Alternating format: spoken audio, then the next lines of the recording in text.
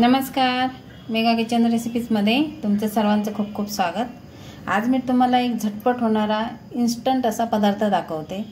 त्याच्यासाठी आपल्याला पीठ वगैरे आंबवायची गरज नाही, झटपट होणार आहे। समजा एखाद्या दिवशी कंटाळा आलाय स्वयंपाक करायचा की भाजी पोळी भात आमटी असं सगळं करायचं, तर तुम्ही एखाद्या दिवशी संध्याकाळी पण हा पदार्थ करून खाऊ शकता। कारण हा आंबवलेला पदार्थ नाही, हा झटपट होणारा पदार्थ आहे।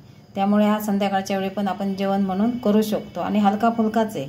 जसं आपण भात आमटी खातो तसंच आहे, भातापासूनच म्हणजे भाताच्या पिठापासूनच बनवलेला तांदळापासून बनवलेलाच पदार्थ आहे। तर तो मी तुम्हाला आता दाखवते। हे बघू शकता, इथं मी तांदळाचं पीठ घेतलंय। मी 2 वाट्या पीठ घेते तांदळाचं। हे बघा 2 वाट्या पीठ घेतलेलं आहे मी।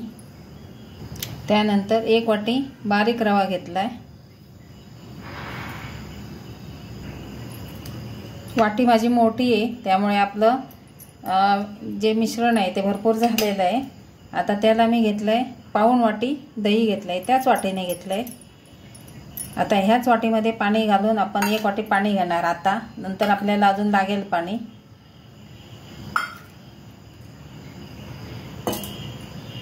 हे मिक्स करून घेते मी, नंतर आपण ह्याच्यात पाणी टाकूया। आता काय करते मी, त्याच वाटीने 1 वाटी भरून पाणी घेतले। आता हे मिक्स करणार मी आणि नंतर किती लागतं पाणी ते मी तुम्हाला सांगणार आहे। कारण हे पीठ माझं भरपूर आहे, एका वाटीने तर होणार नाही। तर हे चांगलं छान मिक्स करून घेते आणि त्यानंतर अजून हे अर्धी वाटी घालते। अजून लागलं तर घालायचं आहे आपल्याला। अजून आता अर्धी वाटी टाकते, म्हणजे 2 वाट्या पाणी झालंय। अजून आता किती लागतं बघूया। रवा टाकलेला आहे त्यामुळे तो पाणी शोषून घेणार आहे, त्यानुसार आपल्याला ह्याच्यात पाणी टाकायचं आहे। तर हे असं मिक्स करून तुम्हाला मी नंतर सांगणार आहे की सगळं मी पाणी किती टाकलं आणि तुमची वाटी केवढी आहे काय आहे त्याच्यावर ते सगळं अवलंबून आहे। आता माझी वाटी ही मोठी आहे, छोटी वाटी घेतली तर तेवढं कमी पाणी लागणार आहे। हे आता बघू शकता 3 वाट्या पाणी टाकलं आहे मी सगळं। आता हे आपल्याला मिक्सरमधून फिरवून घ्यायचं आहे। आता तुम्ही म्हणाल मिक्सरमध्ये टाकायचं होतं डायरेक्ट, तर टाकलं असतं, पण माझं मिश्रण आहे ते भरपूर आहे। एका वेळेस हे मी आपल्या मिक्सरच्या भांड्यामध्ये राहू नाही शकत, त्यामुळे मी भांड्यामध्ये मिक्स केलं सगळं आणि आता मी मिक्सरमध्ये फिरवून घेणार। म्हणजे काय होईल, जे आपण पदार्थ टाकलेत ते एकमेकांमध्ये एकजीव होऊन जाते, दही रवा तांदळाचं पीठ।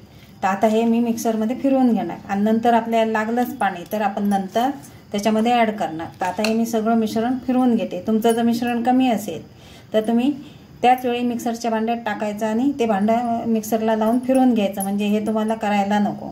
जास्त असेल तर असं करावं लागतं। हे बघू शकता तुम्ही, मी मिक्सरला फिरवून घेतलं। असं मी सगळं पीठ मिक्सरला फिरवून घेते, असं पाहिजे आपल्याला। नंतर पाणी लागलं तर आपण घालू शकतो। हे बघू शकता, मी फक्त मिक्सरला जर असं फिरवून घेतलंय, जास्त वाटायचं नाही आपल्याला, फक्त ते एकत्र झाले पाहिजेत एवढंच फिरवायचं आहे।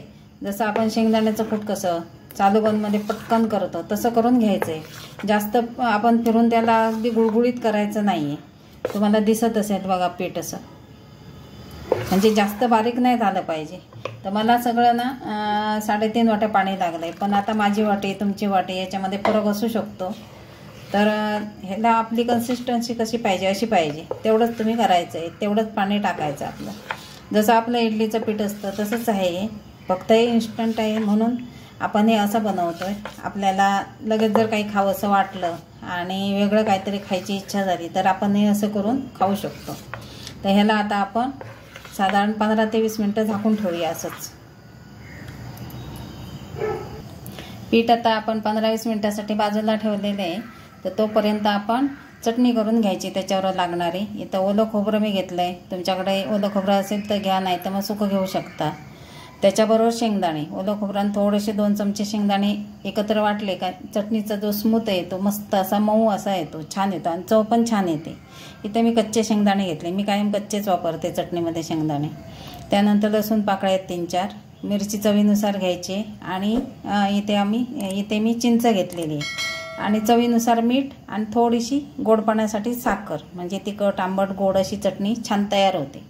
हे आता मिक्सरला मी पाणी घालून छान वाटून घेते। हे बघू शकता, मस्त अशी आपली चटणी तयार झाली। ही आता घट्ट आहे, याच्यामध्ये थोडंसं पाणी टाकून आपल्याला पातळ करायची, एवढी घट्ट ठेवायची नाही। ह्याच्यामध्ये तुम्ही थोडीशी कोथिंबीर पण वापरू शकता. आता माझं कसं अचानक ठरलं, कोथिंबीर नाही शिल्लक घरात, त्यामुळे मी अशीच वाटून घेतली. आणि बऱ्याच वेळा मी अशीच वाटते, छान लागते खूप. पण असेल कोथिंबीर तर टाकू शकता तुम्ही. तर आता ह्याला तुम्ही तडकाही देऊ शकता. मस्त मोहरी, कढीपत्ता, सुकी एक लाल मिरची टाकून छान आपली फोडणी दिली तर खूप छान लागते. अजून अशी आपली चटणी तयार झाली. अशी जरा फोडणी दिली, तडका दिला फोडणीचा, काय चटणीला थोडा स्वाद अजून वाढतो, छान लागते. अशी आपली ही चटणी तयार झाली. ह्याला साधारण 15-20 मिनटं झालीत. आता आपण बघूया. रवा आहे तो छान फुलला असेल बघा. मग अशा आपलं पीठ पातळ होतं, आता बघा थोडं मस्त घट्ट झालं आहे. तर छान रवा फुलला आहे. 20 मिनटं झाली त्याला ठेवून. आता ह्याच्यामध्ये आपल्याला टाकायचं आहे मीठ चवीनुसार आणि अर्धा चमचा सोडा. तुम्ही इनोसुद्धा टाकू शकता. मी अर्धा चमचा टाकते सोडा बघा. अर्धा चमचा आपला सोडा आहे, कारण माझं बॅटर भरपूर आहे. कमी असेल तर तुम्ही पाव चमचा टाकू शकता. आणि चवीनुसार आपल्याला टाकायचं आहे ह्याच्यामध्ये मीठ टाकायचं आहे. आणि हे चांगलं मिक्स करून घ्यायचं आणि लगेच आपल्याला ह्याचा पदार्थ बनवायचा आहे, रेसिपी बनवायची. सोडा टाकल्यानंतर लगेच हे काम करायचं आहे, म्हणजे आपला पदार्थ आहे तो छान फुलतो. सोडा टाकल्यानंतर जास्त वेळ ठेवायचा नाही पिठाला. मिक्स करायचं आणि लगेच चालू करायचं आपलं काम.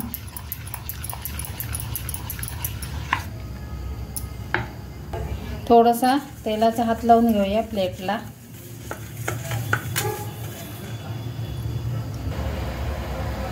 इथे मी स्टीमर ठेवला आहे. पाण्याला छान अगदी उकळी आली बघा. मस्त अगदी उकळी आली पाहिजे पाण्याला, म्हणजे आपला पदार्थ आहे तो पटकन फुलतो.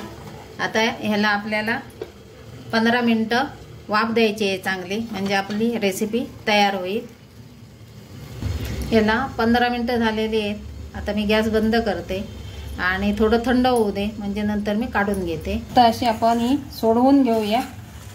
मस्त अशी सुंदर अशी आपली हे गरम आहे थट्टे इडली तयार झाली. कोणी थत्ते म्हणतं, कोणी थट्टे म्हणतं. तर ही झटपट होणारी आपण इडली केलेली आहे. काही पीठ वगैरे आंबवलं नाही, झटपट होणारी अशी आपण इडली तयार केली. हे बघू शकता, मस्त अशी तयार झाली आहेत बघा. छान अगदी मस्त, अगदी जाळी पण छान पडली आहे बघा. सुंदर अशी आपली थट्टे इडली तयार झाली. प्लेन डिश पाहिजे, म्हणजे प्लेन आकार येतो. थोडासा वेगळी डिश आहे त्यामुळे तसा आकार आला आहे. तर अशी नक्की करून बघा थट्टे इडली. आवडली रेसिपी तर लाईक शेअर करा. चॅनलवर नवीन असाल तर सबस्क्राईब करायला विसरू नका. मस्त अशी आपली झटपट होणारी थट्टे इडली तयार झालेली आहे.